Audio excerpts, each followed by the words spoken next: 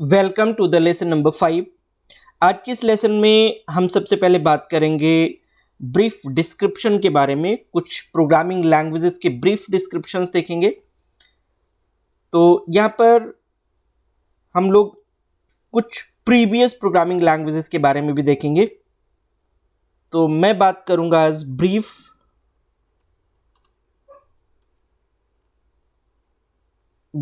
Description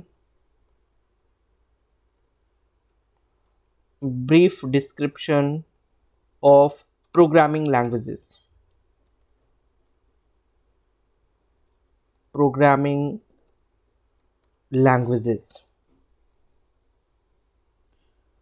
Right. So here we will discuss few programming languages. सबसे पहले मैं बात करूंगा एक प्रोग्रामिंग लैंग्वेज जिसको हम लोग कहते हैं basic. This is the first programming language that is called the basic programming language. और अगर मैं इस प्रोग्रामिंग लैंग्वेज की बात करूं, ये 1964 में डेवलप हुई थी और ये बेसिकली वीबी विजुअल बेसिक्स का एक एंसेस्टर प्रोग्रामिंग लैंग्वेज है। तो अगर मैं इसकी बात करूं, this had been introduced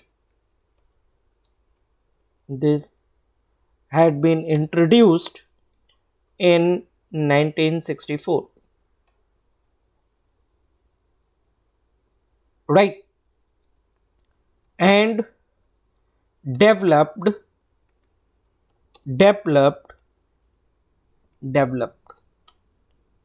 developed by J. Kamini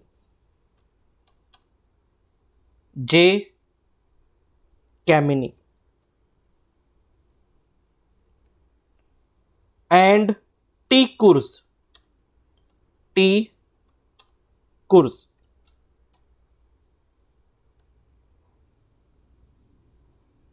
It is ancestor of Visual Basics,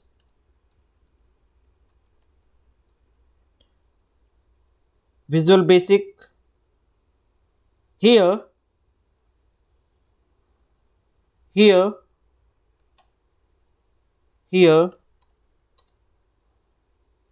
there are following key features as follows. There are following key features as follows.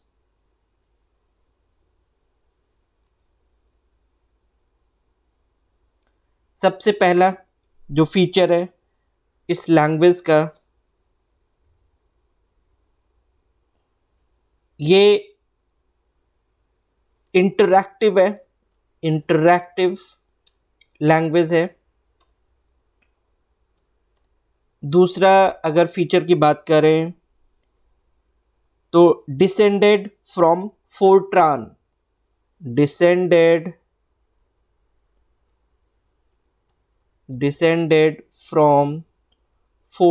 Fortran एक programming language थी पहले, तो हम इसको Fortran से लेकर के आए हैं, ऐसा आप कह सकते हैं। Basics has been derived from the Fortran. Next feature की अगर बात करें तो इसका जो सिंटैक्स है वो सिंपल है। थर्ड फीचर की बात करें तो सिंपल सिंटैक्स, ठीक है। नेक्स्ट फीचर की बात करें तो limited data structure,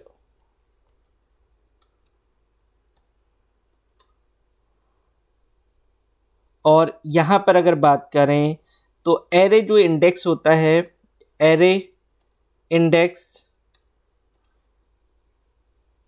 starts with 1, starts with 1। हमें पता है जितनी भी हाई लेवल प्रोग्रामिंग लैंग्वेजेस हैं उसमें जो एरे का कॉन्सेप्ट होता है वो हमेशा जो उसकी इंडेक्सिंग होती है 0 से स्टार्ट होती है। लेकिन अगर मैं बेसिक लैंग्वेज की बात करूं तो ये क्या है, ये है जिसमें एरे हमेशा 1 से स्टार्ट होगा, जो इंडेक्सिंग होगी हमेशा वो 1 से स्टार्ट होगी।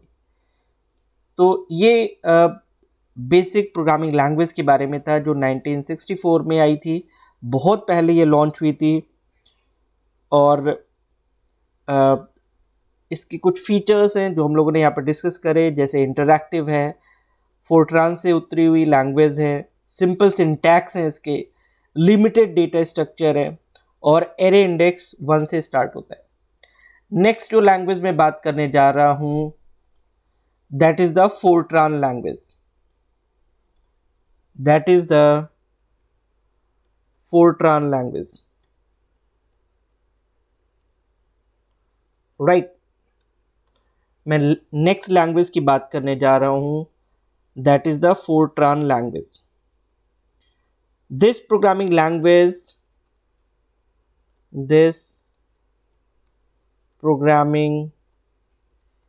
लैंग्वेज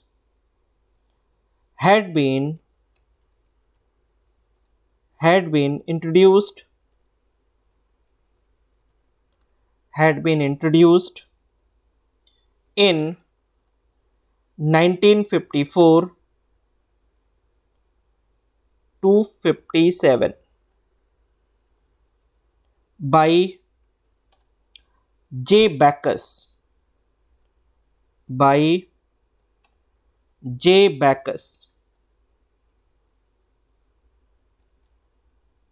राइट, जे बैकस के द्वारा इसको 1954 से लेके 1957 के बीच में इसको इंट्रोड्यूस किया गया था। This does numeric computing,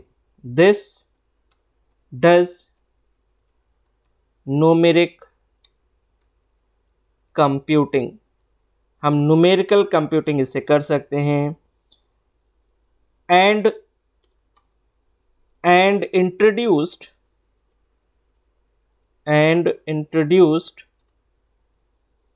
with the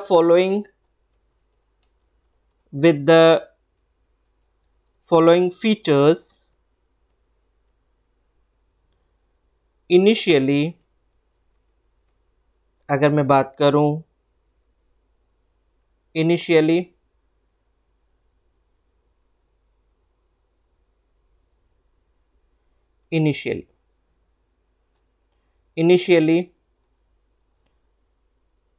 जो पहला फीचर है that is parameter pass by value.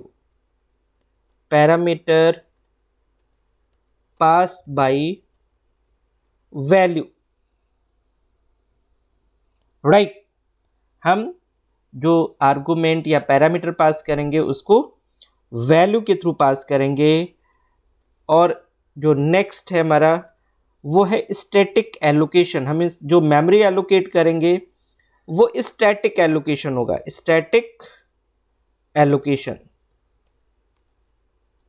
Right. जो फोर्ट्रान का थर्ड फीचर है that is the separate compilation.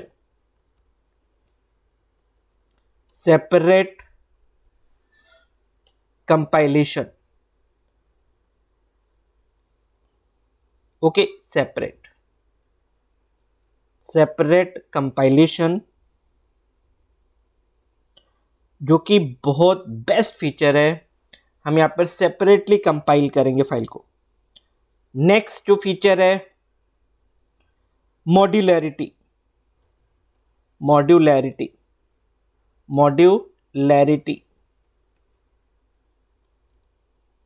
Right.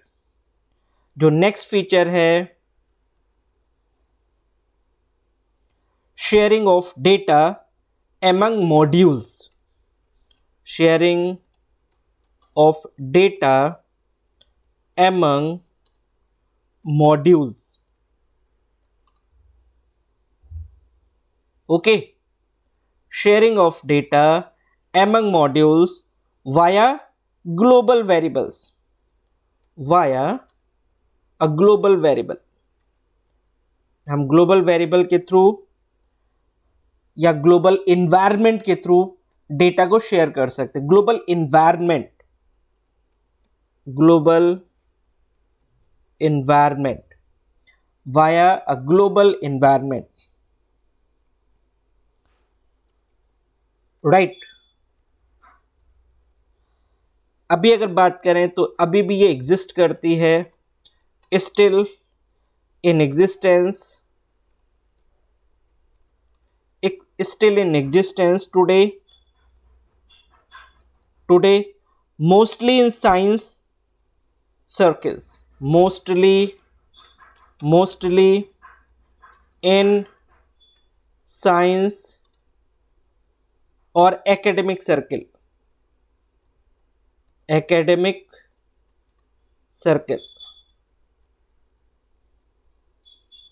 right.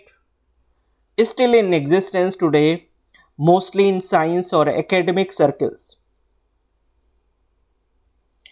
तो ये सारे फीचर्स हैं फोर्ट्रान प्रोग्रामिंग लैंग्वेज के, जिसको जे बैकस ने 1954 से लेकर के 57 के बीच में इंट्रोड्यूस किया था.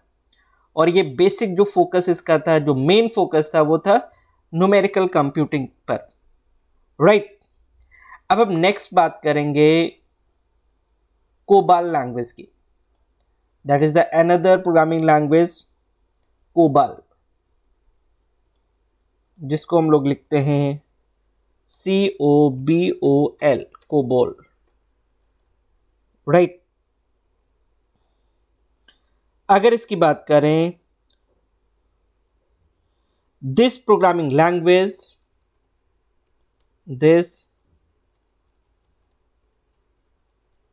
this programming language had been introduced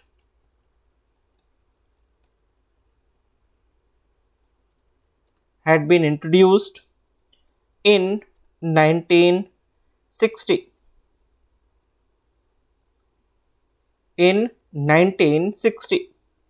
This does business data processing. This does business data processing. This does business data processing. This focuses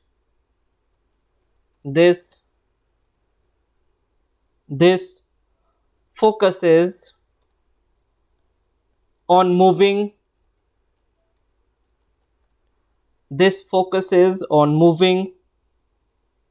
and formatting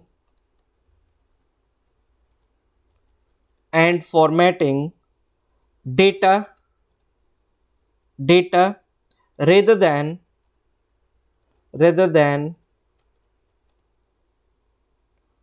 on heavy computation,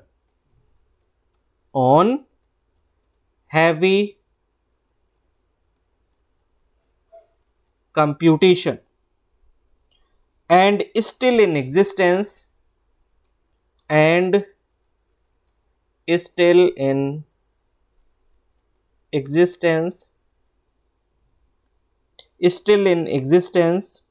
today. आज भी ये एग्जिस्टेंस पे बनी हुई है, और इसका जो मेन फोकस है मूविंग और फॉर्मेटिंग डेटा पर है, इंस्टेड ऑफ हैवी कंप्यूटेशन. ठीक है, कंप्यूटेशन की बजाय फॉर्मेटिंग और मूविंग डेटा पर इसका मेन फोकस है. राइट. और अगर बात करी जाए तो mostly in business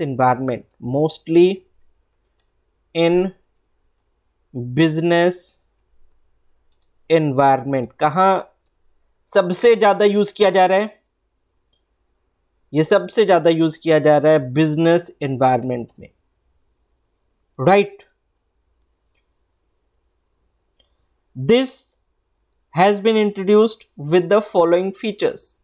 This has been introduced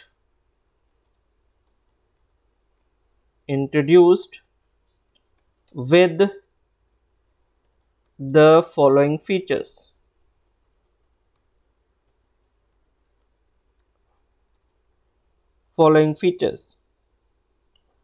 जो फर्स्ट फीचर है that is the structures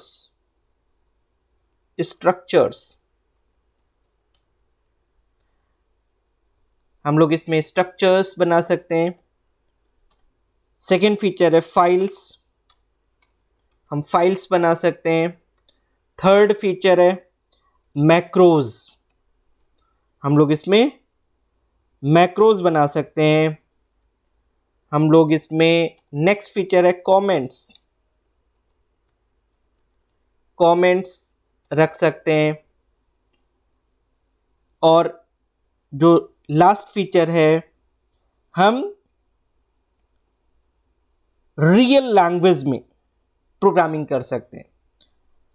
partial अगर बात करें, कंप्लीट रियल में तो नहीं, लेकिन पार्शियलिटी में रियल वर्ड में प्रोग्रामिंग पॉसिबल है। तो programming in A quasi natural language, programming in A quasi natural language, ठीक है ना। क्वाजी मतलब हाफ नेचुरल लैंग्वेज में इसको हम प्रोग्रामिंग कर सकते हैं। तो ये बात हुई हमारी कोबोल लैंग्वेज के बारे में, जिसको 1960 में इंट्रोड्यूस किया गया था और ये मैक्सिमम बिजनेस डेटा प्रोसेसिंग करती थी, ठीक है। तो कोबोल के बाद में हम बात करेंगे सी लैंग्वेज की, जो कि एक बहुत ही popular high level programming language है। प्रोग्रामिंग लैंग्वेज सी के बारे में हम बात करेंगे। प्रोग्रामिंग लैंग्वेज सी, जो कि आप में से बहुत से लोगों को पता होगा। The C programming language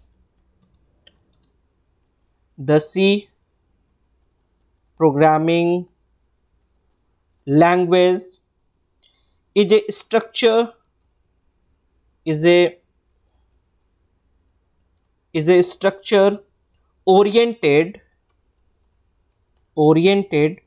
programming language.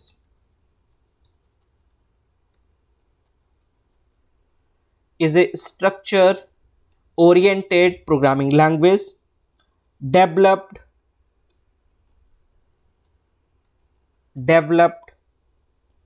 at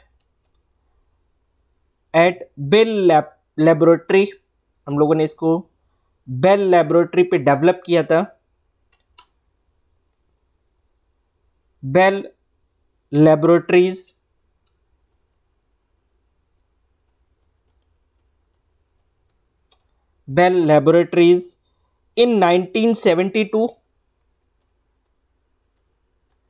in 1972 by Dennis Ritchie।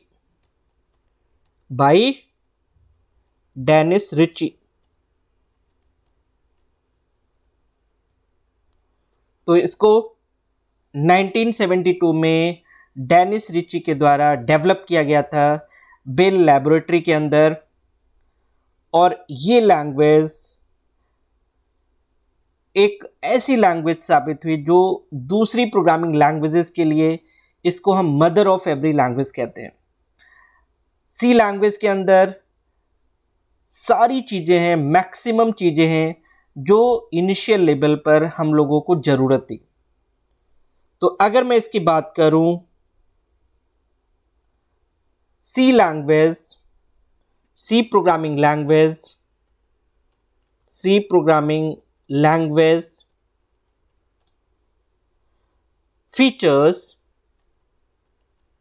features were derived from an earlier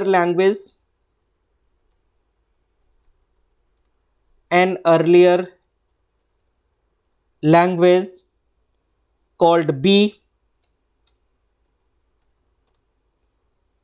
called B।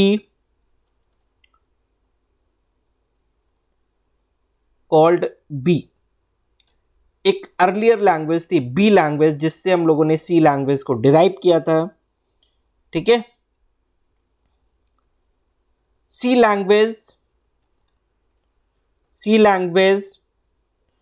was invented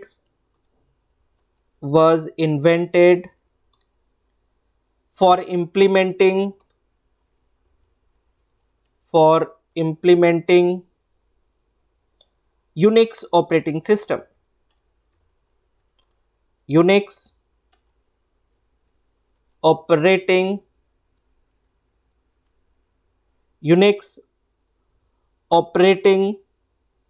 system। Unix operating system, सबसे पहले इसको यूनिक्स ऑपरेटिंग सिस्टम को इंप्लीमेंट करने के लिए बनाया गया था। Right, in 1978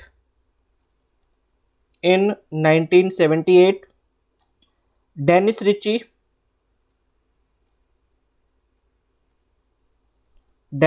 Richie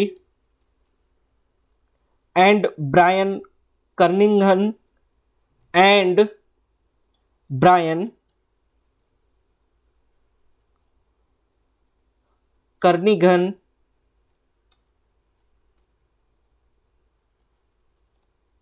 published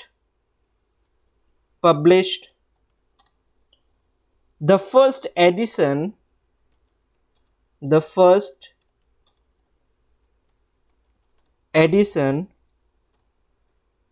the C programming language।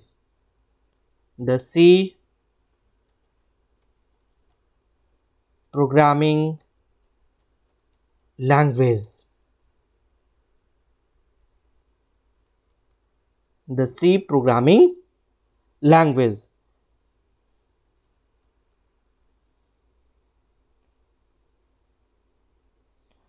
In 1983,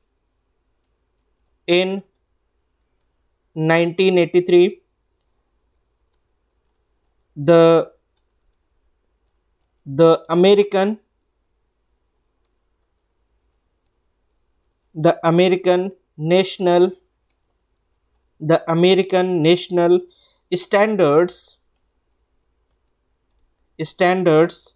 Institute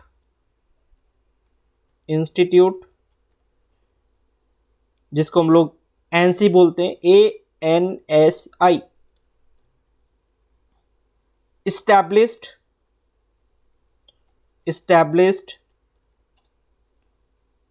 a committee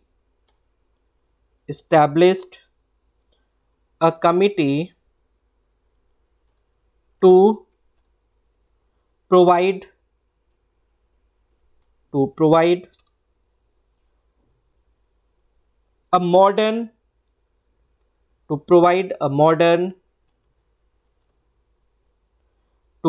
a modern comprehensive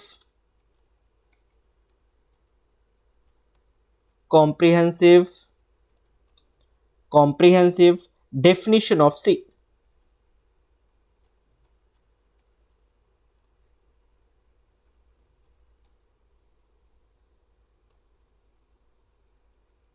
definition of C. तो अगर मैं इसके फीचर्स की बात करूं प्रोग्रामिंग लैंग्वेज सी के बारे में, तो सबसे फर्स्ट फीचर जो है वो है इसकी रिलायबिलिटी। ठीक है, इसके जो फर्स्ट फीचर की बात करूं तो इसका जो फर्स्ट फीचर है that is the reliability. Features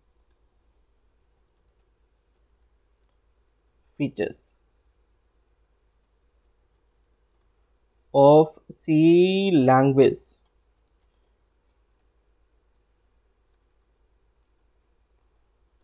ठीक है, तो अगर मैं फर्स्ट फीचर की बात करूं that is the reliability. Second feature की अगर बात करूं तो पोर्टेबिलिटी। थर्ड फीचर की अगर बात करूं तो फ्लेक्सिबिलिटी। सी लैंग्वेज में क्या थी? फ्लेक्सिबिलिटी थी प्लस पोर्टेबिलिटी थी और इसकी विश्वसनीयता, रिलायबिलिटी सबसे ज्यादा थी। और ये लैंग्वेज इंटरैक्टिविटी थी इसके अंदर, इस लैंग्वेज के अंदर इंटरैक्टिविटी थी, मतलब इंटरैक्टिव लैंग्वेज थी और मॉड्यूलैरिटी भी थी। मॉड्यूलैरिटी, मॉड्यूलैरिटी, ठीक है। और इफिशियंसी और इफिशियंसी इफिशियंसी एंड इफेक्टिवनेस दोनों थी।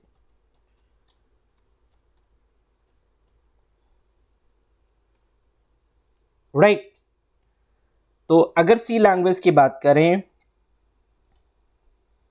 तो सी लैंग्वेज के अंदर रिलायबिलिटी है, पोर्टेबिलिटी है, फ्लेक्सिबिलिटी है, बहुत ही लचीलापन है इस प्रोग्रामिंग लैंग्वेज के अंदर, इंटरैक्टिविटी है, मॉड्यूलैरिटी है, मतलब हम मॉड्यूल्स में डिवाइड कर सकते हैं, और इफिशियंसी और इफेक्टिवनेस है। राइट अगर मैं बात करूं सी प्रोग्रामिंग लैंग्वेज के यूजेस के बारे में, अगर मैं बात करूं uses of C language, okay, तो इसको हम लोग डेटाबेस सिस्टम में यूज कर सकते हैं। कहां यूज कर सकते हैं? डेटाबेस सिस्टम के अंदर, डेटाबेस सिस्टम में यूज कर सकते हैं। हम लोग इसको ग्राफिक्स पैकेज के अंदर यूज कर सकते हैं, ग्राफिक्स पैकेज के अंदर यूज कर सकते हैं। हम इसको वर्ड प्रोसेसर्स में यूज कर सकते हैं,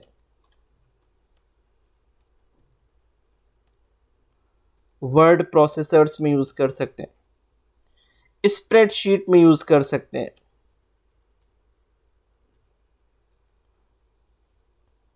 राइट और ऑपरेटिंग सिस्टम डेवलपमेंट में यूज कर सकते हैं। ऑपरेटिंग सिस्टम को बनाने के लिए भी हम सी लैंग्वेज यूज कर सकते हैं।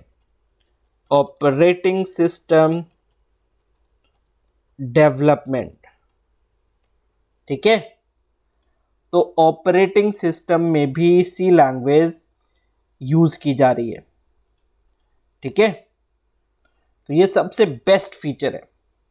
राइट तो हम लोग database, graphic designing, word processor, spreadsheet, इसमें सभी में हम सी लैंग्वेज यूज कर सकते हैं।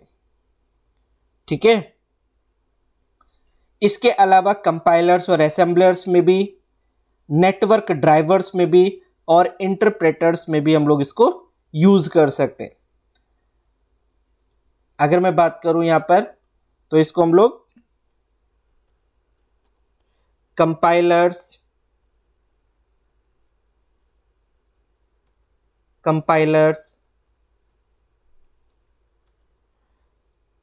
एंड असेंबलर्स,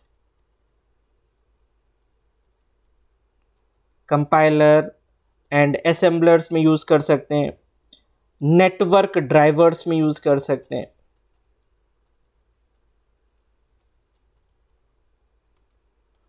राइट और इसको इंटरप्रेटर्स में भी यूज कर सकते हैं, इंटरप्रेटर्स में भी यूज कर सकते हैं। तो ये बहुत ही ज़्यादा यूजफुल प्रोग्रामिंग लैंग्वेज है। राइट तो आज हम लोगों ने पढ़ा कुछ प्रोग्रामिंग लैंग्वेज के बारे में। तो इनको आपको स्टडी करना है और इनको प्रॉपरली आपको समझना है और कोशिश करिए इन चीज़ों को कॉपी पर भी लिखिए, ठीक है। तो इससे सारी चीज़ें अच्छे से प्रिपेयर होंगी। मैं नेक्स्ट लेसन में पाइथन के बारे में बात करूंगा और उसके आगे थोड़ा हम लोग डिस्कस करेंगे। आज की इस लेसन में हम लोग यहीं तक रखेंगे, तो मिलते हैं कल एक नए लेसन में। So thank you so much for watching this lesson. Thank you.